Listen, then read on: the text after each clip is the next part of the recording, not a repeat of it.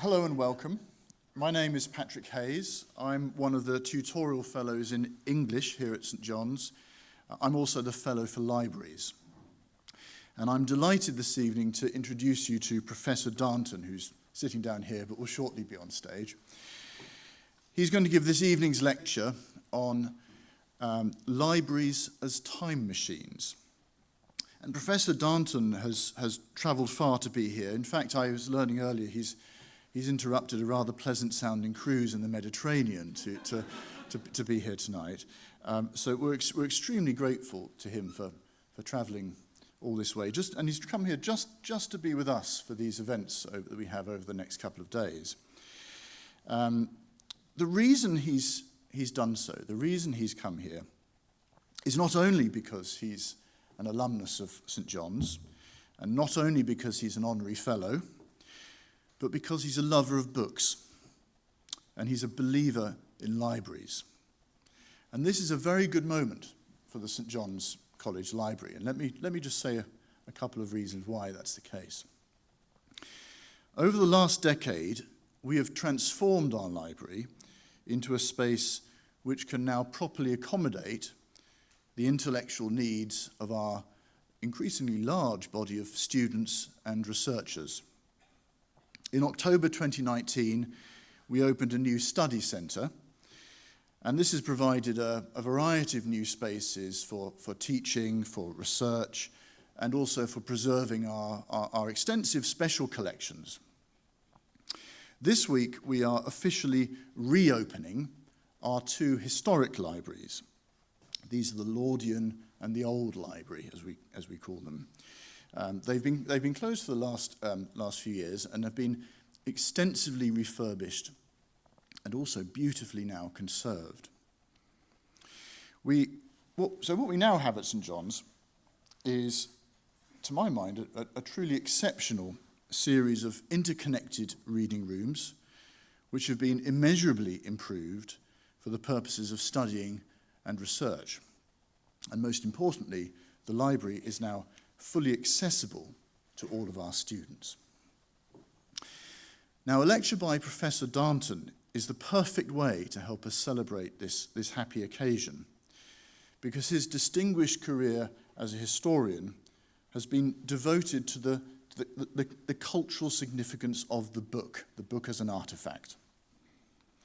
He is one of those rare people whose work has not only contributed very extensively to the sum of our knowledge, which it certainly has, but has also helped to define a new field of scholarly inquiry, one that we have learned over the last few decades to call the history of the book.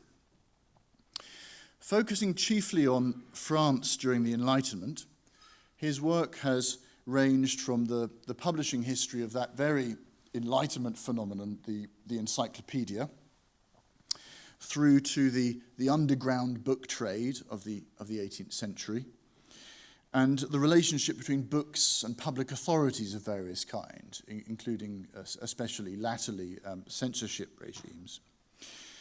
Most importantly for us today, to my mind, his research vividly demonstrates the way in which libraries keep open a channel to the past, preserving knowledge of what we don't yet know we need to know.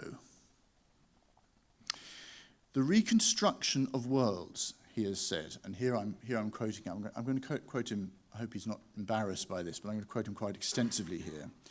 The reconstructions of worlds, he has said, is one of the historian's most important tasks. He undertakes it not from some strange urge to dig up archives and sift through old paper, although I must say that is, to my mind, quite appealing in its own right, but nonetheless, not out of that strange urge, but because he wants to talk with the dead. Talk with the dead. If we lost all contact with the worlds we have lost, we would be condemned to live in a two-dimensional, time-bound present, and our own world would turn flat. I think that's beautifully put. To talk with the dead, to prevent our own world from turning flat. Now, Professor Darnton has also served as the director of the University Library at Harvard, and he is through that position became someone who is very much at the forefront of contemporary debate about the digitization of books and the future of the library as an institution. One of his central teachings is that libraries have never just been, as he puts it, warehouses of books.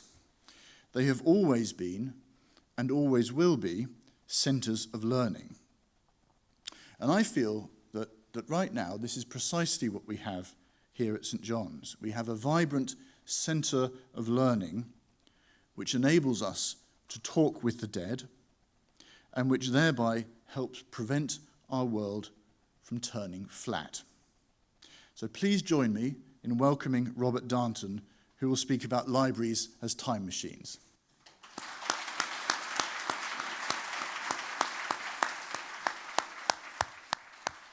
Well, thank you, Patrick, for that embarrassing introduction.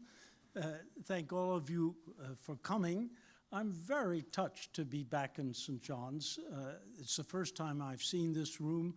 I was a student here in 1960 to 62, so I've now see the transformation of the college. It's a wonderful treat, and especially I've already had a tour of the restored libraries. They are marvelous.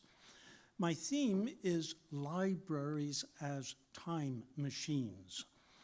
The restoration of the Laudian Library and the old library in St. John's College reminds us that when we step inside an ancient library, we have a sensation of walking into the past. Historians in particular are what the French call passéistes. That is to say, they yearn to enter into the world of people, the people they study, despite the barriers of anachronism. We all accept that people thought in different ways, but how do we think ourselves into those different thoughts? Anachronism is the original sin of historians. We can't get rid of it, but it helps, I think, to go into ancient libraries and to get the feeling of things.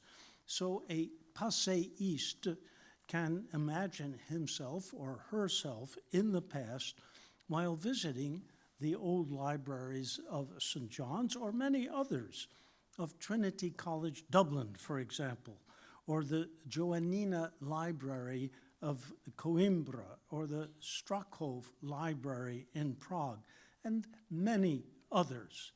They display their old collections in ancient architectural settings, and if you're there, you get this feeling that you're stepping into the past.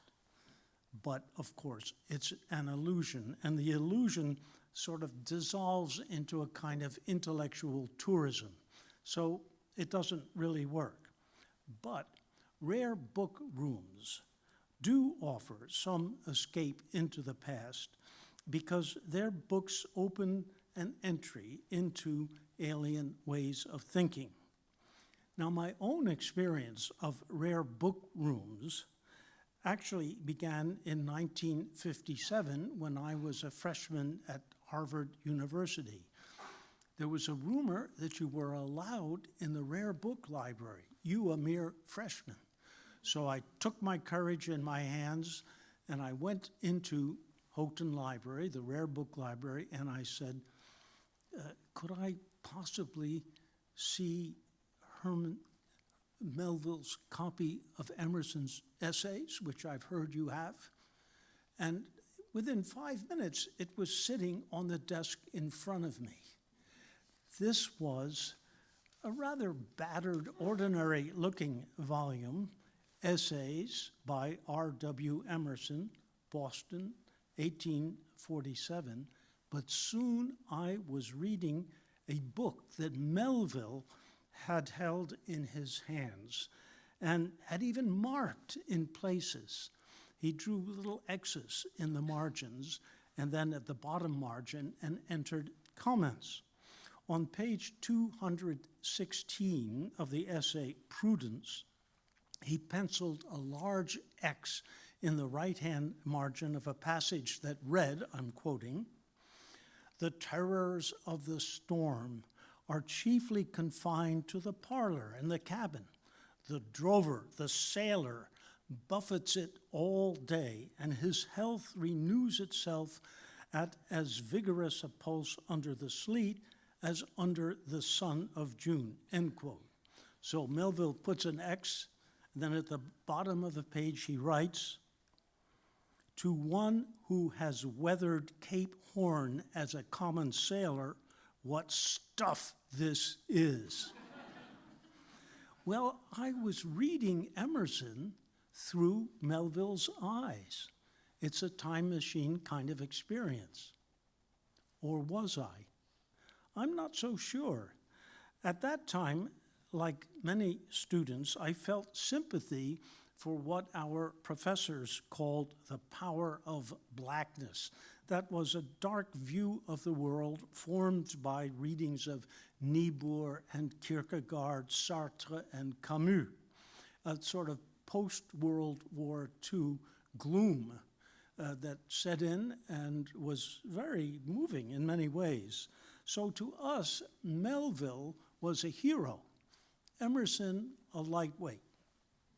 Well, I would revise that view today, and I also would doubt that I could actually recapture Melville's innermost thoughts.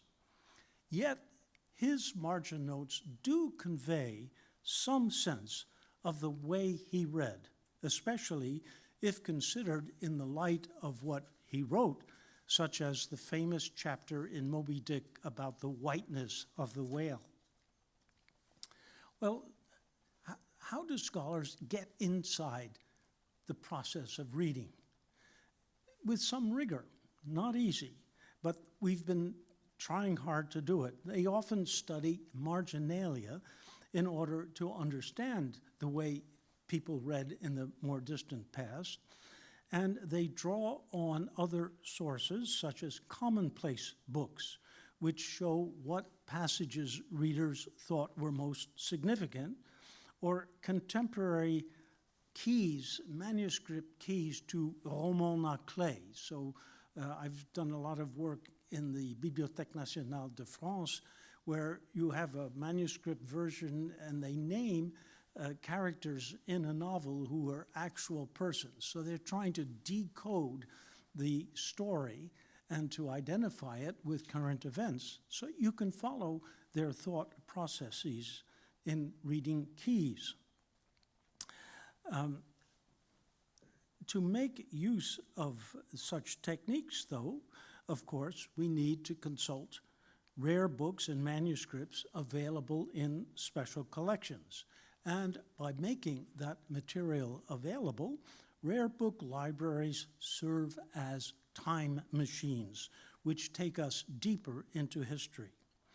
Now, some problems in penetrating the past can be resolved up to a point by studying rare books as objects in all of their physicality.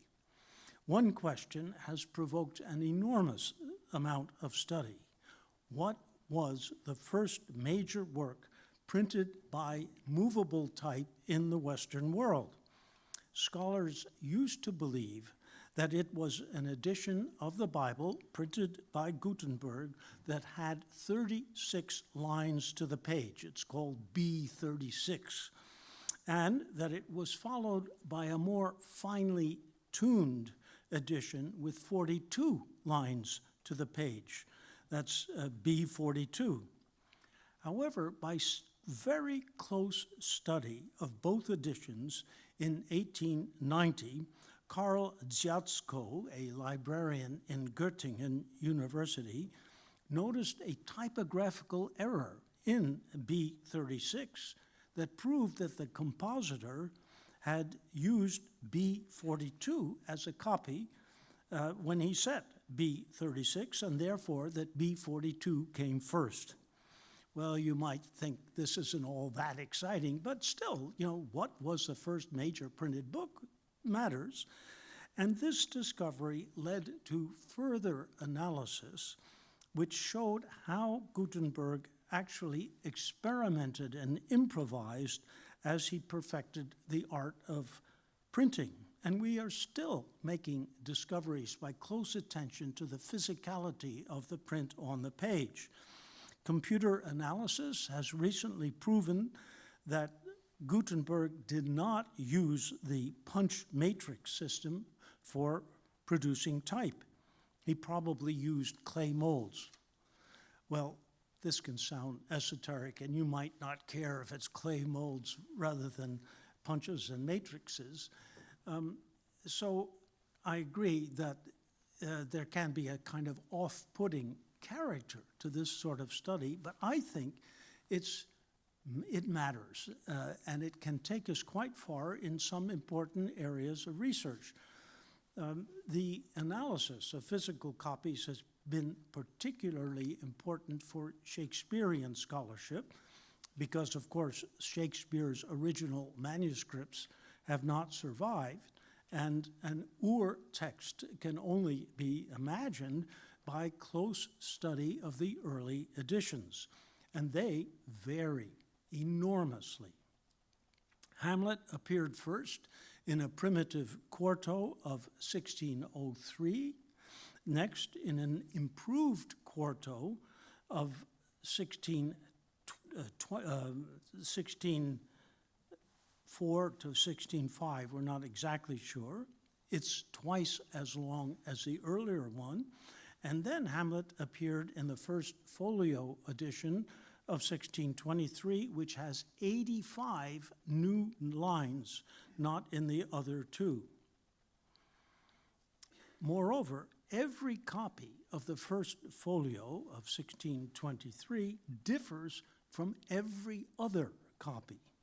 So Henry Clay Folger's obsession with collecting copies of the first folio for the Folger Library in Washington, D.C., was not absurd, despite his contemporaries who made fun of him as 40 folio Folger after he had acquired more than 36 copies.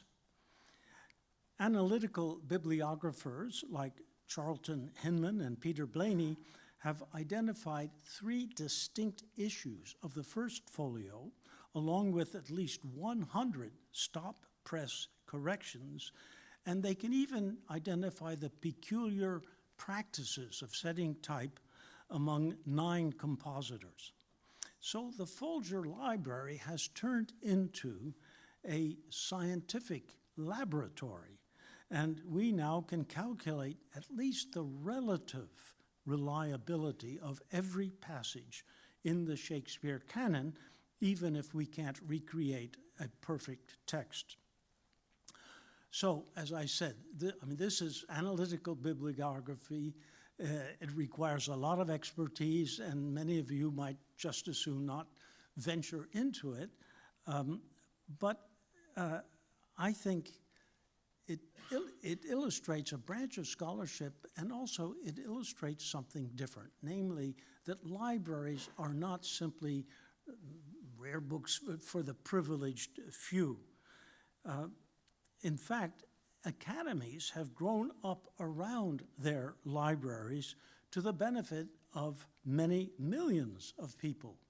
In 1638, a certain John Harvard, who came from Emmanuel College, Cambridge, arrived in this wild frontier, which is today Cambridge, Massachusetts, where I live in a good deal of comfort, and he soon took sick and died. He left his 400 volumes to this tiny little academy which had been created 2 years earlier in 1636. And suddenly, the academy had the largest library in North America. It was so overwhelmed that it named itself Harvard. And since then, the university has grown up around this core. The library is the soul of a great university. And today, nearly 4 centuries and 20 million books later, the library really is the heart and soul of the university. And other universities have developed in the same way, certainly in the United States, where they are typically located in the center of the campus. So, okay, maybe I'm in danger of preaching to the choir because I'm sure all of you love books. What I would like to do is to devote the rest of my remarks to a utopian dream attached to the history of libraries. That is, the possibility of making all knowledge available to all human beings. And that will take us far back into the past, but also into a certain but uncertain future, thinking of libraries as time machines. First, though, I should take notice of a warning by Jorge Luis Borges. In his dystopian story, The Library of Babel, which probably many of you have read, he showed that this dream could turn into a nightmare, a frantic pursuit to gain control of the infinite. And another of his stories, The Book of Sand, warns that a fantastic book of books, a book that contained all the other books in the world, proved to be so unbearable to its owner that he hid it in the stacks of the National Library of Buenos Aires. I have a friend who was the director of that library, Alberto Mangel, and he has assured me that this book has never been found.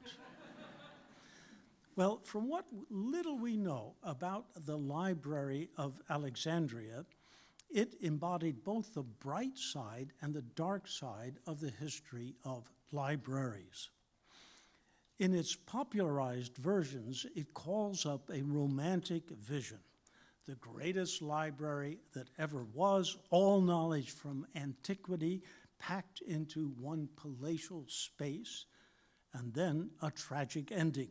First, a fire set by none other than Julius Caesar. Trapped in Alexandria by a superior force, Caesar supposedly torched his ships in the harbor as a tactic to repel an assault before reinforcements could arrive to save him. Hellenic culture went up in flames. Many of the greatest works of philosophy and literature were irreparably lost. From that conflagration, only the ashes remained, and today we cannot even locate the site where the great library stood. Now, that version of events is wrong, but it is a compelling vision, widely accepted as historical truth. If taken as a legend, I think it can be read as a cautionary tale about the history of libraries and their role in shaping the world of knowledge. On the bright side, it represents this aspiration to bring together all the knowledge in the world. On the dark side, its destruction feeds into lamentations about cultural catastrophe. For example, the common view that the book is dead. Electronic devices have taken its place, trivializing the very act of reading. I'm sure you've heard that often. Or that libraries are obsolete. Nobody goes there anymore. Two perfectly false statements. More books are published each year than the year before. If you talk to publishers, they'll say, oh, it's, times are hard, like farmers about their crops. But I think publishers are doing rather well, and digitization has, the digitized books have not replaced printed books by any means. Furthermore, our libraries are full of readers. They're just crammed with readers. The New York Public Library, of which I'm a trustee, has got readers, crammed into it. So it's true, sometimes they read electronic devices, but they're there sharing the space and sharing a sense of pursuit of knowledge. So these views are wrong, and at the same time, I think they are revealing. A history of cultural Jeremiads, if it could be pieced together, would expose the unease of intellectuals faced with changes in the means of communication. In 1928, Walter Benjamin declared, quote, "Everything indicates that the book is nearing its end," end quote, 1928. And at about the same time, Ezra Pound prophesied, quote, "The art of letters will come to an end before AD 2000, end quote. More recently, Alvin Kernan devoted an entire book to what he called the death of literature. Prophecies of doom can be detected far back into the past, along with other symptoms of disorientation, such as my favorite, the sense of information overload. That was a common experience in the 16th century when, as Anne Blair has shown, the very word information was coined as a term that suited the feeling among humanistic scholars that they were overwhelmed by printed texts. Now, it's true, historians can often find instances in the remote past of present-day phenomena that are taken to be unprecedented. To detect continuity in place of change is one of the tricks of the historian's trade. And I think a misplaced sense of continuity should not blunt our understanding of the unparalleled transformation of the information environment in the very recent past. We've all lived through it. It took 2 millennia to advance from the invention of writing, which happened around 4000 BCE, to writing with alphabetical characters, invented around 2000 BCE in the Western world. Another 2.5 millennia went by before the invention of printing on paper with movable type. And after that, the technology of printing hardly changed for 3.5 centuries. To be sure, the Chinese and Koreans invented paper and printing long before the breakthroughs in the West, but in Asia as well as Europe, basic innovation in the technology of communication belonged to what the French historians call a longue durée, a very long time span measured in many centuries, until the recent past. The pace of change in our own lifetimes has been staggering. The internet, 1974, the World Wide Web, 1991, and then one breakthrough after another. Search engines, algorithmic relevance ranking, smartphones, social media, and artificial intelligence. I mean, if you just look at technological turning points in the technology of communication, the big turning points are 4000 BCE, 2000 BCE, 1455, and 1974. I mean, the pace of things is quite amazing. Looking backward over all those changes, one can ask whether the Library of Alexandria should be considered as a turning point in the history of information. Now, insofar as this question involves technology, I think the answer is no. The library's holdings consisted almost entirely of papyrus scrolls, and it contributed little or nothing to the most important technological change of its time, and that is the shift during the first 2 centuries of the Common Era from the volumen, or scroll, which one reads by unrolling, to the codex, a book made of sheets folded and bound together, which one reads by turning pages. It's a very different experience. I don't know if any of you have read things that are scrolled. I did some research in the Oriental Division of the British Library once, and I was surrounded by Buddhist monks who were scrolling and unscrolling at a furious pace, but to watch them, you sensed that the very act of reading with a scroll is entirely different, while I could just thumb through pages or look at manuscripts. Yet, the Library of Alexandria, so it's not part of this technological change to the Codex, it does, I think, stand out as a monument in the history of knowledge. Although it came to an unhappy ending, but not Caesar's fire, and left little evidence of its existence, it did begin as a breathtakingly ambitious attempt by the Ptolemaic rulers of Egypt to collect and preserve everything known to man. From the beginning of their 300-year rule over Egypt, the Ptolemies made the Library of Alexandria an expression of their grandeur.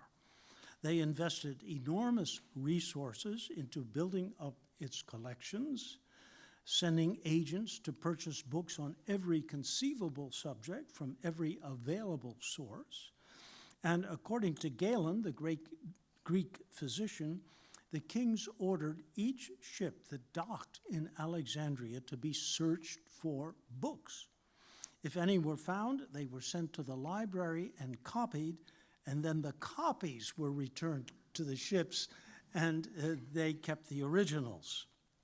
Galen also reported that the third king of the Ptolemies asked to borrow the original manuscripts of Sophocles, Aeschylus, and Euripides from Athens. The Athenians agreed, provided that Ptolemy III would send an enormous treasure as a guarantee that he would return them, because he had this bad reputation of sending back copies. Well, he had the manuscripts copied, and sure enough, he sent the copies in place of the originals back to Athens and told the Athenians to keep the treasure. So this is a powerful ambition on the part of the Ptolemies. What do we make of it? Certainly, the ambition to create a universal library by acquiring the text of every book in the world, that is, the Western world. They had no idea of the parallel tradition of literary scholarship in ancient China, where combinations of knowledge and power also served great dynasties. And you could interpret this library policy as a form of soft power, as we call it today, or even, as one authority puts it, cultural imperialism.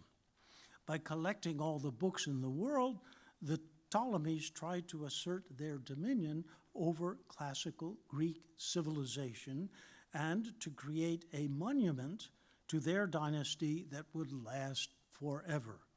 It was their version of the pyramids.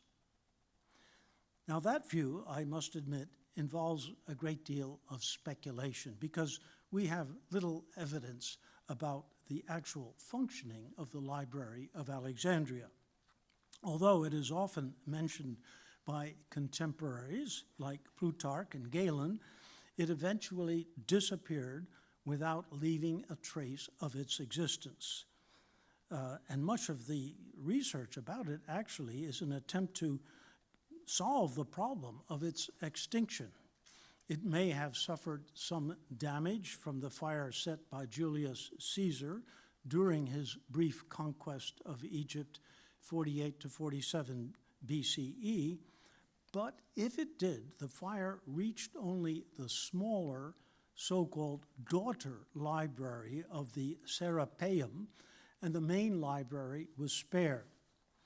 After Egypt was incorporated as a province in the Roman Empire, the library remained intact, but it received progressively less funding, and it went into decline. Its demise probably occurred in 272 AD during a civil war, which destroyed the area inside Alexandria known as the Brucheion, where the library was located. Reports by later travelers indicate that nothing remained but ruins by the end of the 4th century AD. What little we know about its holdings mainly comes from notes made by monks when they copied classical texts during the Middle Ages. These references indicate how much from classical antiquity has been lost. In the case of Euripides, for example, contemporary evidence shows that he wrote 92 or perhaps 95 plays.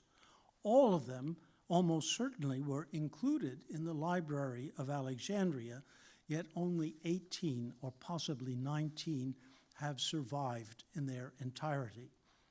So, yes, the loss of the library was a catastrophe, even though it didn't happen all at once in one great bonfire. Still, the library had existed for 600 years, making its collections of at least 400,000 scrolls available to visiting scholars and dominating the world of knowledge throughout the Hellenistic age. Quite a record when compared with modern libraries, except, of course, the Library of the University of Oxford, which is now a century older than its Alexandrian predecessor, and it's still going strong. I think Richard Ovenden is here to keep it going. And he can tell you a lot about the Library of Alexandria. Well, does this story, familiar to classicists, yield any fresh conclusions? From the perspective of library history, I think 2 points stand out. First, the Library of Alexandria represents the culmination of a shift in antiquity from a literature based on oral transmission to one based on script. Xenodotus, its first librarian, was also the first to edit Homer's epics, and in collating texts, he divided them into books or chapters, adapting them to the eye rather than the ear. Second, the library expressed the ambition to bring all knowledge together, and by doing so, to exert mastery of everything known. That ambition is still with us. It did not originate in Alexandria, however. In 1849, archaeologists discovered a collection of 30,000 cuneiform clay tablets at Nineveh in northern Iraq. The tablets were assembled by Assurbanipal, an Assyrian king, 668 to 627 BCE, who is now celebrated among library historians as the creator of the first systematically collected library, or as others put it, the first national library in the Western world. But he wasn't the first. More recent excavations in Uruk, in southern Iraq, have turned up the oldest written documents, 4,500 tablets found anywhere in the world. They date from sometime between 3,400 and 3,000 BCE, fairly soon or not too long after the invention of writing itself. They were word lists, essentially accounts used to keep track of objects and possessions, and they were curated and archived. That is, they belonged to something that could be called a library. By 2900 BCE, Uruk had developed into an important city, the largest in the world, with at least 50,000 residents. It produced what some consider as the first great work of literature, the Epic of Gilgamesh, which dates in its earliest version from 2100 BCE. So, the history of libraries goes back 3,000 years. It is congruent with the history of literature and of writing itself. The Library of Alexandria was actually a latecomer in this history, but it certainly expressed an ancient ambition to gain mastery over the world by collecting everything known in the form of writing. Well, we are still at it. In 2004, Google set out to digitize all the books in the world, and it first came to Harvard. At first, we were delighted because this was going to be a search service. That is, Google would help you to locate a book. They would even tell you what libraries it was available in, but it would not reproduce the text. It would just give you a few snippets. And this sounded terrific. So we said, okay, Google, go at it. Then Google came back and they said, you know, we'd like to also digitize books covered by copyright. And then we said, no way. We're not about to infringe copyright, but the University of Michigan, one of the founders went to the University of Google, went to the University of Michigan. Stanford and the University of California said yes.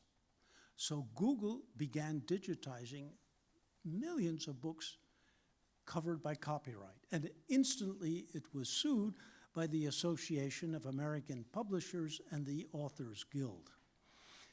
So what you do when you get sued, you go into secret negotiations and try to come out with something called a settlement. And I actually sat in on some of those negotiations because Google wanted Harvard to give its benediction to whatever was going to result. I left after a while because I was not happy with what was going to result. The settlement actually created not a search service, but a digital library in which we, the libraries of normal books, would be asked to buy back digitized versions of our own books at a price set by Google without any consultation to the government or the public in any way. And that those prices would certainly just rise out of control. So Google was actually proposing a monopoly of access to knowledge in its digital form. Well, that went to the courts because the settlement had to be approved. And on March 22, 2011, the Southern Federal District Court of New York declared the settlement an illegal monopoly in restraint of trade. And by way of parenthesis, I find this interesting. The judge who pronounced this decision, which destroyed Google Book Search, as it was called, it's dead. You can't get books like that from Google. You can buy books from Google with the agreement of the publisher, but their attempt to create one gigantic library controlled by them failed because it broke the law. And the judge was a man called Denny Chin, whose parents were destitute Chinese, immigrated from China. They went to the Hell's Kitchen section of New York City, where they worked in kitchens and scrubbed floors.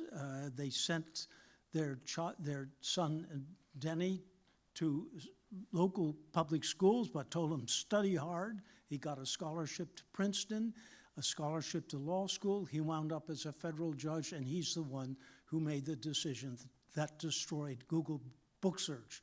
So I think there's a moral in the story somewhere. I'm not sure what it is. In any case, although Google Book Search was dead, like the Library of Alexandria, it provided, I think, an inspiring example. Even before it was declared illegal, it raised a question. Would it not be possible to create a non-commercial library devoted to the public good by linking all the digitized holdings of all the major libraries In America, on October 1st, 2010, a group of leaders of foundations, of libraries, and of computer science met at Harvard to discuss the possibility of applying that principle to the world of libraries in the digital age. We immediately agreed that it was possible to create what we called a digital public library of America. And we set to work devising a technical infrastructure. We had really top-rate computer scientists, a network of contributing libraries where they had done digitization, so they needed to be all brought together, and an administrative center at Harvard. On April 18th, 2013, the DPLA was launched. Its collections now contain 50 million books and some other objects, all available freely around the world. They come from 6,000 institutions located in all 50 states of the United States, and they are being used free of charge by readers all over the world, except one country, North Korea. Well, similar and complementary projects also exist, notably Europeana, the Hathi Trust, and the Internet Archive. And many of you may know of some of these wonderful attempts to bring together collections digitally and make them available free. But there are plenty of problems, and those include the excessive restrictions on international copyright law, which I personally think badly needs revision. But I would like to end on a happy note. We now have it in our power to realize a dream that goes back thousands of years. We can create a library that will make all books available to all humanity. And students in this college will have access to it from a time machine that will help them imagine, however imperfectly, the lives of their predecessors from the 16th and the 17th centuries. Thank you.